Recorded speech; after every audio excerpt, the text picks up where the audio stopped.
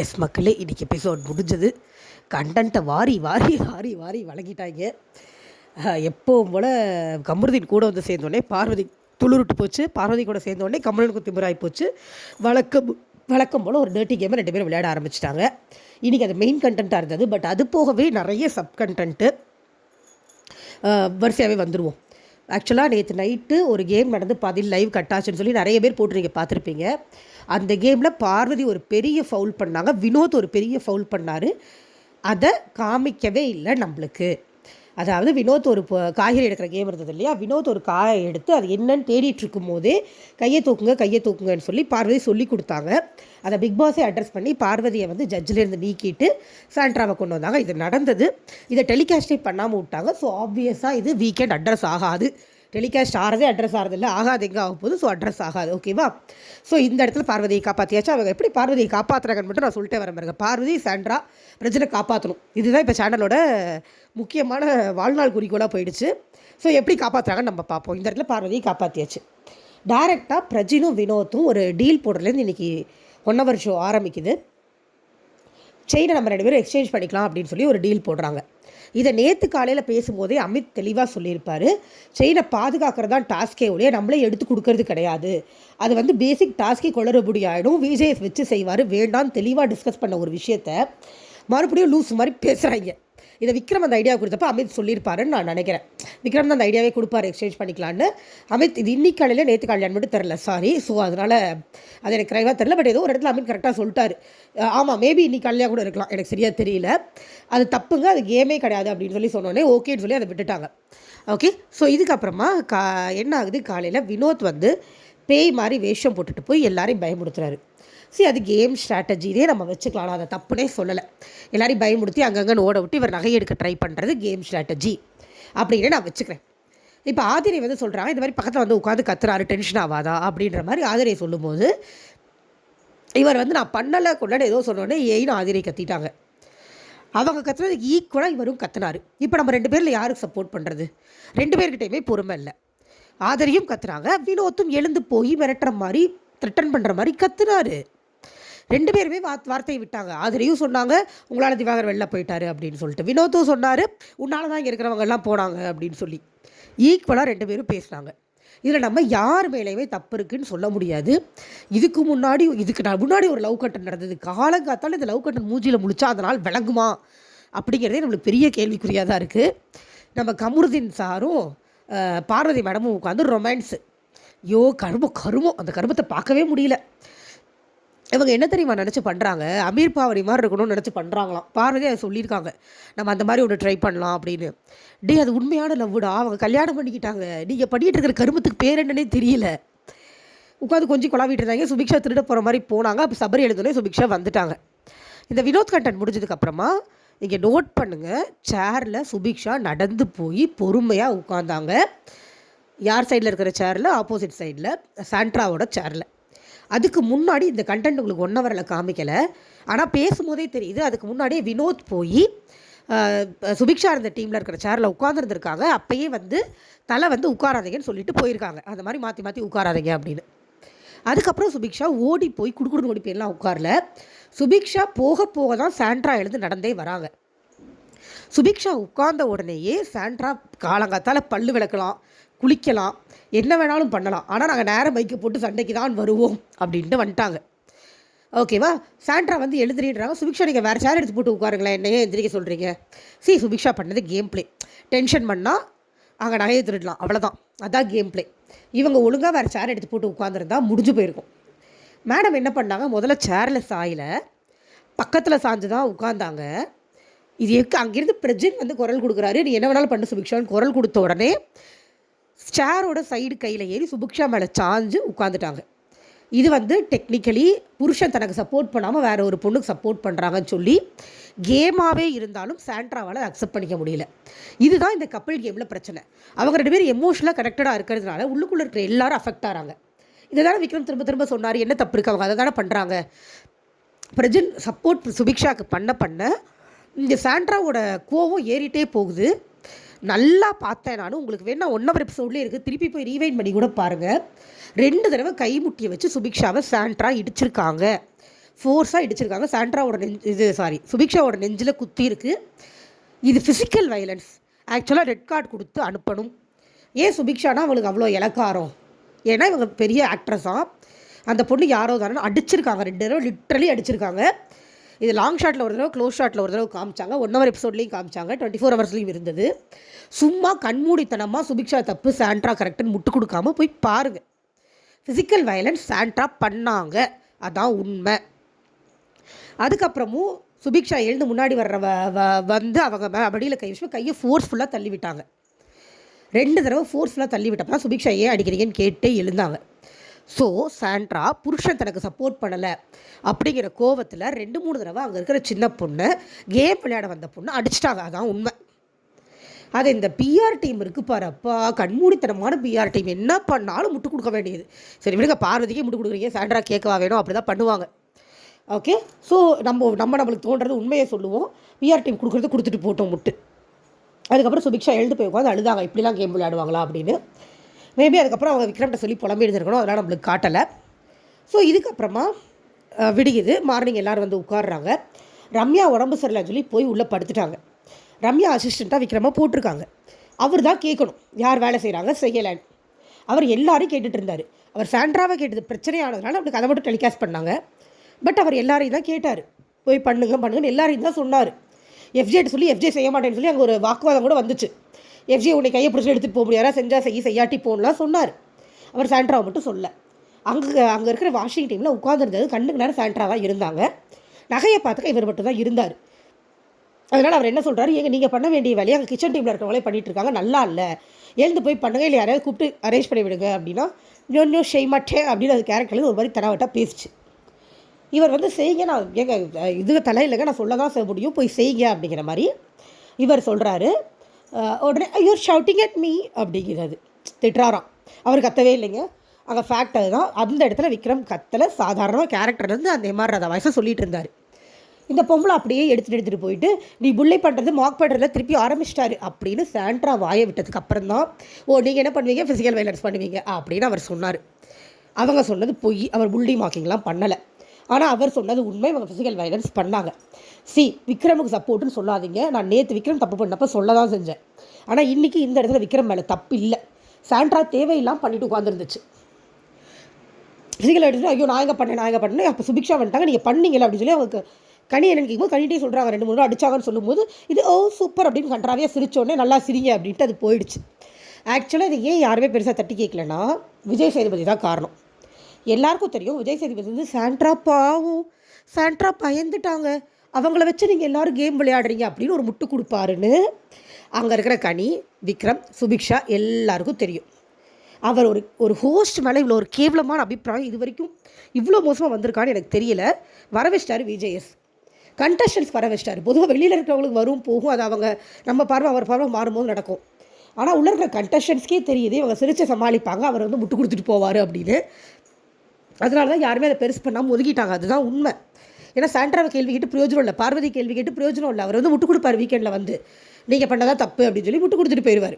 இப்போ என்ன கேள்வி வரும் வீக்கெண்டில், நீங்கள் ஏன் சுபிக்ஷா போய் உட்காந்தீங்க, தலை வந்து உட்காரக்கூடாதுன்னு சொன்னாங்கல்ல, அதேமாரி நீங்கள் ஏன் போய் உட்காந்தீங்க, நீங்களும் தானே தள்ளி விட்டீங்க, அது ஒன்று சரியாக போச்சுன்னு சொல்லி சுபிக்ஷா இந்த அடியை நார்மலைஸ் பண்ணி முடிஞ்சால் சுபிக்ஷாவை எவிக்ட் பண்ணிவிட்டு போயிடுவார்.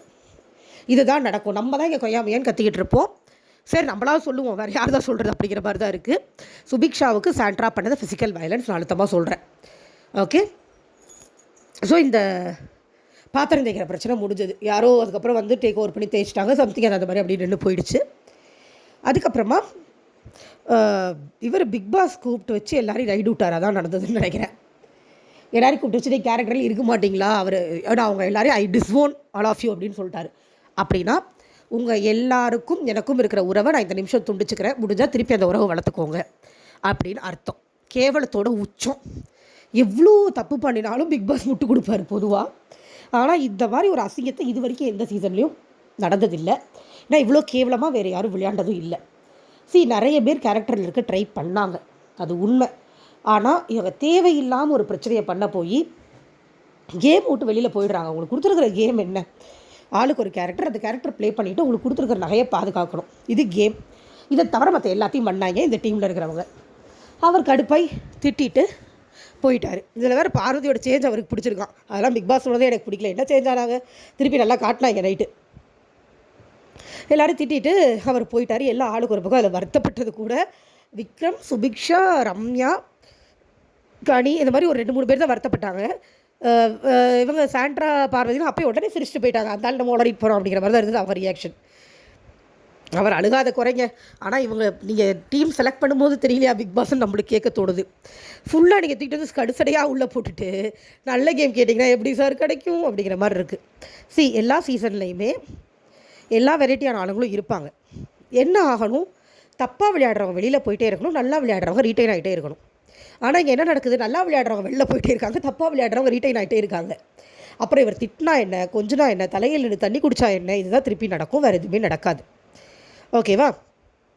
இதுக்கப்புறமா ஒரு டாஸ்க் ஒன்று வருது. டாஸ்க் வருது இந்த மாதிரி, ஒரு கையில் முட்டை வச்சுக்கணும், ஒரு கையில் பால் வச்சுக்கணும். முட்டைன்னு சொன்னால் முட்டையை தூக்கி போட்டு பிடிக்கணும், பாலுன்னு சொன்னால் பாலை வந்து மேடையில் அடித்து பிடிக்கணும். இந்த கேமை எல்லோரும் நல்லா விளையாண்டாங்க. அதில் வந்து நம்மளோட விக்ரமன் டீம், அதாவது ரெட்ரோ டீம் வந்து ஜெயிச்சிட்டாங்க. ஜெயிச்சுட்டு என்ன பண்ணுறாங்க, உள்ளே வரும்போது இதெல்லாம் பிளான் பண்ணி தான் பண்ணியிருப்பாங்கன்னு நினைக்கிறேன். கரெக்டாக ஆக்டிவிட்டி ஏரியா விட்டு சுபிக்ஷாவும் பிரஜனும் வெளியில் ஓடுறோடனே விக்ரம் கதவை மூடிட்டார். கதவை மூடி ஒரு 2 செகண்ட் ஹோல்ட் பண்ணிவிட்டு விட்டுட்டார். அதுக்குள்ளே வந்து சுபிக்ஷா போய் செயினை எடுத்து பிரஜன்ட்டை தூக்கி போட்டாங்க. பிரஜன் எடுத்துகிட்டு ஓடிட்டார். இதை இவங்க ஓடுறதுக்கப்புறம் தான் அந்த டீம் வெளியில் வந்து பார்க்குறாங்க. அது ஸ்ட்ராட்டஜி. ஏதோ ஒன்று பண்ணி நகையை திருடணும் இல்லையா, அதுதான் கேம். ஸோ நீங்கள் இந்த கதவை பிடிச்சது வச்சதெல்லாம் தப்புன்னா சொல்ல முடியாது. ஏதோ ஒன்று பண்ணி கதை பிடிக்கணும் அப்படிங்கிறது தான் கேம் இல்லையா. இந்த உடனே இந்த அம்மா என்ன பண்ணுது, பார்வதி வெளியில் வந்து தப்பு தப்பு தப்பு தப்புன்னு கொண்டாரு என்னென்னவோ சொல்லி கத்தி பார்த்தாங்க. அப்புறம் ஒரு பாயிண்ட்டை பிடிச்சிக்கிட்டாங்க, கதவை மூடினது தப்பு, எங்கள் எல்லாரையும் லாக் பண்ணிவிட்டு போய் உங்களை அதை எடுக்க சொல்லலை அப்படின்னு ஒரு பாயிண்ட்டை பிடிச்சி சொல்லிட்டு இருந்தாங்க. அதாவது அந்த சாண்ட்ரா ஒரு சீக்ரெட் டாஸ்க் பண்ணப்போ அமித் போய் கதவை பிடிக்க போனப்போ தப்புன்னு சொன்னாங்க இல்லையா, அது தப்புனா இதுவும் தப்பு அப்படின்னு சொல்லி ஏதோ பேசினாங்க. நீ என்னத்தையோ பேசிட்டு போமான்னு பார்வதி சொன்னதை யாருமே மதிக்கலை. இதெல்லாம் உங்களுக்கு 1 ஹவரில் வரல. என்ன பண்ணாங்க, பார்வதி தான் போய் ரம்யாட்ட போய் இப்படி பண்ணுறாங்க ரம்யா, நீ தலையா கேளுன்னு கூட்டிகிட்டு வந்தாங்க. இது ஏன் 1 ஹவரில் போடலன்னு எனக்கு தெரியல. ஏன்னா இதுதான் இங்கே பெரிய பிரச்சனையாகவே ஆச்சு. கூட்டிகிட்டு வந்ததே பார்வதி தான், ரம்யா அவங்களாம் வரல. உட்காந்து ஆமான்னு கேட்டுட்டு தான் இருந்தாங்க எல்லாத்தையும். நீ தலையாக பேசி இதை நீ தலையாக அட்ரஸ் பண்ணணுன்னு போய் இந்த பாயிண்ட்டை சொல்லி, அதாவது 10 பேரை உள்ளே வச்சு விக்ரம் லாக் பண்ணதுன்னு தப்புன்னு சொல்லி கூட்டிகிட்டு வந்ததே பார்வதி தான். Underline the point. ஓகேவா? கூட்டிகிட்டு வந்து நிற்க வச்சிட்டாங்க. அதுக்கப்புறம் ஒரு அபோது போதுன்னு ஒரு 10 நிமிஷம் கத்திட்டு அதுக்கப்புறம் ரம்யா பேசினாங்க. அதே பாயிண்ட்டை தான் சொன்னாங்க. தலை கூப்பிட்டதுனால எல்லோரும் வந்து உட்கார்ந்தாங்க. பார்வதி கூப்பிட்டா ஏன் எல்லோரும் ரிசல்ட் பண்ணணும், எனக்கு புரியவே இல்லையே. தலை கூப்பிட்டா வந்து உட்காரணும், அதாவது தலை கொடுக்குற மரியாதை. இந்த மாதிரி கோகட்ரஷன் தானே, இதை எடுத்து உடனே போதும் தானே போவாங்க. பார்வதி என்ன பண்ணுது, எல்லோரும் லிவிங் ஏரியாவில் கூடி இருக்கிறத யூஸ் பண்ணி தலை பேசிகிட்டு இருக்கும் போதே குறுக்க போது, இதே தான் நானும் சொன்னேன், நான் சொல்லும்போது யாரும் கவனிக்கல, நான் சொல்லும்போது யாரும் கவனிக்கலன்னு கத்துது. கனி தெளிவாக சொல்கிறாங்க, நீ சொன்னால் ஏம்மா கவனிக்கணும், தலை கூப்பிட்டா தலை சொன்னாதாம்மா கவனிக்கணும், தலைக்கு தான்மா மரியாதை, உனக்கேம்மா மரியாதை கொடுக்கணும் தெளிவாக கேட்டாங்க. ஆனால் பார்வதி ஒத்துக்குமா, அதுக்கு எல்லோரும் கூடனா அந்த இடத்துல ஒரு பர்ஃபார்மன்ஸை போட்டுடணும், தப்பாக போட்டுடணும். ஏன்னா அதுதான் கண்டென்ட்னு சொல்லி வெளியில் க்ரியேட் பண்ணிடுவாங்கல்ல, அவங்களுக்கு தான் தைரியம் இருக்குது, பிஆர் டீம் இருக்குது, என்ன வேணாலும் பண்ணலாம். முட்டு கொடுக்க எவ்வளோ பேரை வச்சுட்டு வந்திருக்காங்க, ஒருத்தரா 2 பேரா, ஒரு கூட்டமே இருக்குது முட்டு கொடுக்கறதுக்கு. ஸோ அவங்க தைரியமாக ஒரு பொய்யை சொல்கிறாங்க, என் பாயிண்ட்டை பேசுகிறாவ, நானும் அதே தானே பேசினேன் அப்படின்னு. இந்த அம்மா தான் கூப்பிட்டு வந்து ரம்யாவை பேசவே சொல்லிச்சு. அவங்களுக்கு என்னென்னா அவள் அந்த பாயிண்ட்டை சபையில் தான் வைக்கணும்னு நினச்சாங்க போல் இருக்கு. என்ன நினச்சி பார்வதி கூட்டிகிட்டு வந்திருக்காங்கன்னா, எல்லாரையும் வந்து உட்கார வச்சுட்டு ரம்யா வந்து என்ன பிரச்சனைன்னு சொல்லி பார்வதிகிட்ட கேட்பாங்கன்னு நினச்சி பார்வதி கூப்பிட சொல்லியிருக்காங்க. ஆனால் ரம்யாவே அந்த பாயிண்ட்டை பேசினோடனே பார்வதிக்கு என்ன ஆயிடுச்சு, இது என்னோட பாயிண்ட், நான் தான் சொல்லுவேன், நான் சொல்லி தான் எல்லோரும் கவனிக்கணும். இவங்க சொன்னால் அப்போயே யாரும், அதாவது சபையில் எல்லாரையும் இப்படி அரோரா கொண்டு பண்ணாங்கல்ல, எல்லாரும் கூப்பிட்டு லிவிங் ஏரியாவில் உட்கார வச்சு தான் போய் பேசணும் அப்படின்னு நினச்சிருக்காங்க. அது நடக்காத காண்டில் எழுந்து கத்துன உடனே கமருதீனும் கூட சேர்ந்து எழுந்து கத்த ஆரம்பிச்சிட்டார். ரம்யா சாதாரணமாக தான் சொன்னாங்க உட்கார்றா அப்படின்னு, ஃப்ரெண்ட்லியாக தான் சொன்னாங்க. ஆனால் கமருதீன் அரோரா கூட இருந்திருந்தால் சாதாரணமாக எடுத்திருப்பார். ஆனால் அவர் இருக்கிறது யாரோட, பார்வதியோட. எடுத்துக்குவாரா, எடுத்துக்க மாட்டார். இடத்துல போதி போன் கமருதீன் கத்த, ரம்யா கத்த, கடைசியில் ஒரு இடத்துல ரம்யாவுக்கு மூச்சு வாங்க, ரம்யா உட்காந்து மூச்சு வாங்கிட்டு இருக்கு. அப்போ வந்து பார்வதி அவ்வளோ பிரச்சனையும் பண்ணிவிட்டு, இல்லை ரம்யா உன்னை டிஸ்ரெஸ்பெக்ட் பண்ணவே நாங்கள் நினைக்கலை அப்படின்னு ஒரு முட்டு கொடுத்துச்சு பாருங்க. ரம்யா எழுந்து காலிலேயே விழுந்துருச்சு. ஏம்மா இவளோட தான் உறவை நீட்டிக்கணும்னு போய் கட்டினையாமா அப்படிங்கிற மாதிரி இருந்தது எனக்கு பார்க்குறப்ப. நீட்டிக்க வேண்டியதானே, ஏம்மா துண்டுச்ச போய் காலில் விழுந்து, இப்போ தெரியுதா அப்படிங்கிற மாதிரி இருந்தது. இதில் கமருதீன் ஏதோ ரம்யா 2-3 வார்த்தை விட போக திவ்யா ட்ரிகர் ஆகிட்டாங்க. திவ்யாவுக்கு வேறு யாரை என்ன வார்த்தை சொன்னாலும் ட்ரிகர் ஆகாது. சாண்ட்ரா கண்டமேனிக்கு எல்லோரும் திட்டுவாங்கல்ல, அப்போ ட்ரிகர் ஆகாது. பிரஜன் திட்டுறப்ப வேண்டாம்னா அப்படின்னு மெதுவாக சொல்லுவாங்க. கமருதீன்னா மட்டும் திவ்யா மேடமுக்கு மூக்குக்கு மேலே கோபம் வந்துடும். ஏன்னா ஒரு வருஷமாக படாத பாடு பட்டிருக்காங்க போல செட்டில். என்ன பண்ணுறாங்க, அவங்களும் வந்து காய்ச்சி மூச்சுன்னு கத்த, அவங்கக்கிட்ட இவர் உடனே பெஞ்சிரும் அப்படின்னு என்ன பியும் அது ஆக்சுவலாக கரெக்டு தான். இந்த வார்த்தையை விட்டுட்டேன், அப்போ என்ன பியும்னு சொல்லு அப்படின்ற மாதிரி திவ்யா திரும்ப திரும்ப கேட்டு ஒரு பெரிய கேவோஸ் ஆகி மறுபடியும் வெளியில் வந்து அவங்கள திட்டி பாட்டி அப்பா பெருசாக போச்சுங்க. சண்டை லபோதி போல நீங்கள் பார்த்தீங்களா ப்ரமோவில், அதே இன்னும் கொஞ்சம் பெருசாக போச்சு, அவ்வளோதான். இதுக்கப்புறம் இன்னொரு சம்பவம் நடந்தது. இதோட உங்களுக்கு இன்றைக்கி 1 hour எபிசோட் முடிஞ்சது, ஓகேவா? இதை வந்து ஒரு வழக்கமாக இதுக்கப்புறம் என்ன நடக்கும், போய் பார்வதி கமருதீனை உட்காந்து திவ்யாவை குறை சொல்லி பேசிகிட்டு இருந்தாங்க. ரம்யாவை கரெக்ட் பண்ணிட்டாங்க, திவ்யாவை குறை சொல்லி பேசிகிட்டு இருந்தாங்க. இன்னொரு பக்கம் வந்து பிரஜன் போய் உட்காந்து பார்வதிக்கு சப்போர்ட் பண்ணிருந்தாரு. இதெல்லாம் நம்மளுக்கு வரல. அதுக்கப்புறம் திவ்யாவை சாண்ட்ரா சமாதானப்படுத்திட்டு இருந்தாங்க. இதெல்லாம் தான் ரெகுலராக நடந்துட்டு இருந்துச்சு லைவில். இன்னொரு சம்பவம் நடந்தது. விக்ரம் வந்து வெளியில் உட்காந்தாரு. அப்போ அங்கே வியானா, அரோரா, கனி இருந்தாங்க. அப்போ வியானா அறிவாளி, அதாவது 2-3 வாரமாக விக்ரமுக்கு எதிராக பயங்கரமாக பாயிண்ட் பிடிச்சி பேசுதில்ல, அந்த பைத்தியம் என்ன பண்ணுது, காலையில் சுபிக்ஷாவை சாண்ட்ரா மேன் ஹேண்டில் பண்ணாங்கன்னு சொன்னீங்கல்ல, அது தப்புனா அப்போ நீங்கள் ஃபிசிக்கலாக அட்டாக் பண்ணிங்களே கதவு முடியும், அதுவும் தப்பு தானே அப்படின்னு ஒன்று கேட்குறாங்க. விக்ரம் சொல்கிறேன், ஏமா நான் சாரி கேட்டேன், நான் வந்து கேமுக்காக கதவை மூடினேன், அது தெரியாமல் ரம்யா கையில் பட்டுருச்சு, நான் உடனே சாரி கேட்டேன்.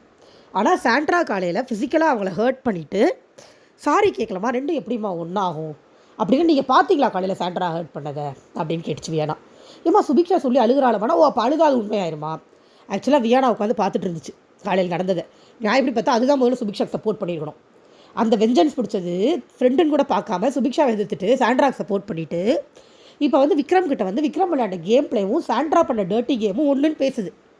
விக்ரம் இவ்வளோ தூரம் தெளிவாக சொல்கிறாரு, இல்லைங்க நான் கேம் ப்ளே பண்ணேன், நான் சாரி கேட்டேங்க, அவங்க ஒரு கேர்டசி கூட பட்டிருந்தா சார் இப்போ வரைக்கும் சொல்ல, ரெண்டையும் ஒன்றுன்னு சொல்லாதீங்க வியானா, இப்போ உங்களுக்கு ஒன்றுன்னு தோணுதா அப்படின்னா எனக்கு அப்படி தான் தோணுது அப்படின்னு வச்சு பாருங்க. வியானா விக்ரம் டென்ஷன் ஆகிட்டார், எழுந்து போயிட்டார், அவருக்கு பயங்கர கடுப்பாகி போச்சு. மறுபடியும் கொண்டாடு கழிச்சு வந்து அவர் உட்காந்துருந்தார். அப்போ வியானா இல்லை எங்கேருந்தோ வருது, வந்துட்டு நான் அப்படி சொன்னது உங்களுக்கு ஹர்ட் ஆகிடுச்சா அப்படிங்குது. ஏமா நீ சொன்னது ஹர்ட்டால, நான் இவ்வளோ எக்ஸ்ப்ளனேஷன் கொடுத்ததுக்கப்புறம் நீ 2 ஒன்றுன்னு சொல்கிறப்பாரு எனக்கு அதுதான் ஹர்ட் ஆகுது அப்படின்னு ஒன்று, இல்லை எனக்கு அப்படி தான் தோணுச்சு அப்படின்னு இழுக்கும்போது பயங்கர கடுப்பாயிருச்சு அவருக்கு. ஏமா சொல்லிகிட்டே இருக்கேன், அவங்க சாரி கேட்கல ஒன்றும் கேட்கல, நான் தெரியாமல் பட்டுருச்சு, நான் சாரின்னு சொல்லிட்டேன், எப்படி 2 ஒன்றுன்னு சொல்லிட்டு அவர் அழுதுகிட்டே கத்திட்டார். அவளுக்கு அழுக வந்துருச்சு, அழுதுகிட்டே கத்திட்டாரு. வியானாக்கு தெரிஞ்சு வச்சு பெருசாக மாட்டிக்கிட்டோம் அப்படின்னு.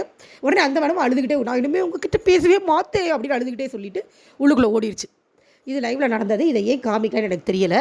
என்னோட கேஸ் கரெக்டாக விக்ரமுக்கு ஸ்கோர் ஆயிரும், அப்படி ஆகக்கூடாது அப்படிங்கிறதுக்காக காமிக்காமல் இருந்திருக்கலாம். தப்போ சரியோ, பார்வதி கமருதீன் அளவுக்கு சாண்ட்ரா இவங்களையும் சேர்த்துக்கிட்டோன்னா இவங்க அளவுக்கு டாக்ஸிசிட்டியாக அங்கே வேறு யாரும் இல்லை. பிரஜன் டாக்ஸிக் தான். கமருதீன் ஒரு நடுவில் ஒரு 4 வாரம் கண்ட்ரோல் பண்ணிட்டு இருந்தார் பார்த்தீங்களா, அது மாதிரி பிரஜனும் கண்ட்ரோல் பண்ணிட்டு தான் இருக்கார். திவ்யாவும் அப்படி தான். கமருதீனுக்கு எதிராக அவங்க கேட்கும்போது அவங்களுக்கு நியாயமாக தான் தோணுது. பட் இதுவே வந்து சாண்ட்ராவோ பிரஜனோ பண்ணும்போது அவங்க கேட்க மாட்டாங்க. அப்போ அது அநியாயம் தானே, தப்பு தானே. ஸோ அதுதான்.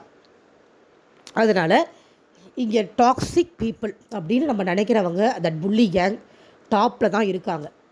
கொஞ்சம் நார்மலாக இருக்கலாம், சாதாரணமாக விளையாடலாம், ஏதோ ஒன்று ட்ரை பண்ணுவோன்னு பண்ணி சில தவறுகள் நடக்குது. அந்த தவறுகளை மீறி ஏதோ ஒன்று பண்ணலாம், திட்டு வாங்கிட்டா சரி ஓகே அதை கரெக்ட் பண்ணிவிட்டு அடுத்து பண்ணுவோம், நல்லது பண்ணுவோம்னு நினைக்கிறவங்க எல்லாமே ஓட்டிங்கில் கீழே இருக்காங்க. என்ன சொல்கிறது, இது சொசைட்டியை தான் ரெப்ளிகா பண்ணுதுன்னு தான் எனக்கு தோணுது. நல்லது நினைக்கிறவங்க வாழ்க்கையில் விளங்கவே மாட்டான், தப்பாக அதாவது வெளியில் நிறைய காசு கொடுத்துட்டு உள்ளே வந்து என்ன வேணாலும் தப்பு பண்ணிட்டான், கிரிமினல்ஸ் அவங்க தான் நல்லா இருப்பாங்க அப்படின்ற ஒரு டாக்ஸிசிட்டியை இங்கே வந்து ரிஜிஸ்டர் பண்ணுற மாதிரி தான் இருக்குது இந்த கேம் ஷோ. தேவையே இல்லாமல் நடந்த சண்டைகள் எல்லாமே, எல்லாரையும் வார்த்தையை விடுறது, கிட்டத்தட்ட அடிக்கிற அளவுக்கு போகிறது, ஃபிசிக்கலாக ஹர்ட் பண்ணிவிட்டு அதெல்லாம் பண்ணவே இல்லைன்னு பொய் சொல்கிறது, இதெல்லாம் என்னது? இதுக்கெலாம் ஒரு சப்போர்ட்டா? எனக்கு புரியவே இல்லை. இதுக்கு மற்றவங்களாம் சப்போர்ட் பண்ணுறது கூட பரவாயில்ல, வெளியில் காசு வாங்கியிருக்காங்க பண்ணுறாங்க, ஃபைன். விஜய் ஏன் பண்ணுறாரு? பார்வதியை சபரி வேணும்னு அடிக்கவே இல்லை, சபரியை போட்டு அந்த மொக்குனார் வீக்கெண்டில். இப்போ சாண்ட்ரா வேணும்னே அடிச்சிருக்கு, கேட்பாருன்னு நினைக்கிறீங்க, நான் சொல்கிறேன் கேட்க மாட்டார். வியானா பாயிண்ட்டு பேசுகிறேன், நாங்கள் லூஸ் மாதிரி உளறிட்டு இருக்குது, கேட்பாருன்னு நினைக்கிறீங்க, கேட்க மாட்டார், பாராட்டுவார்.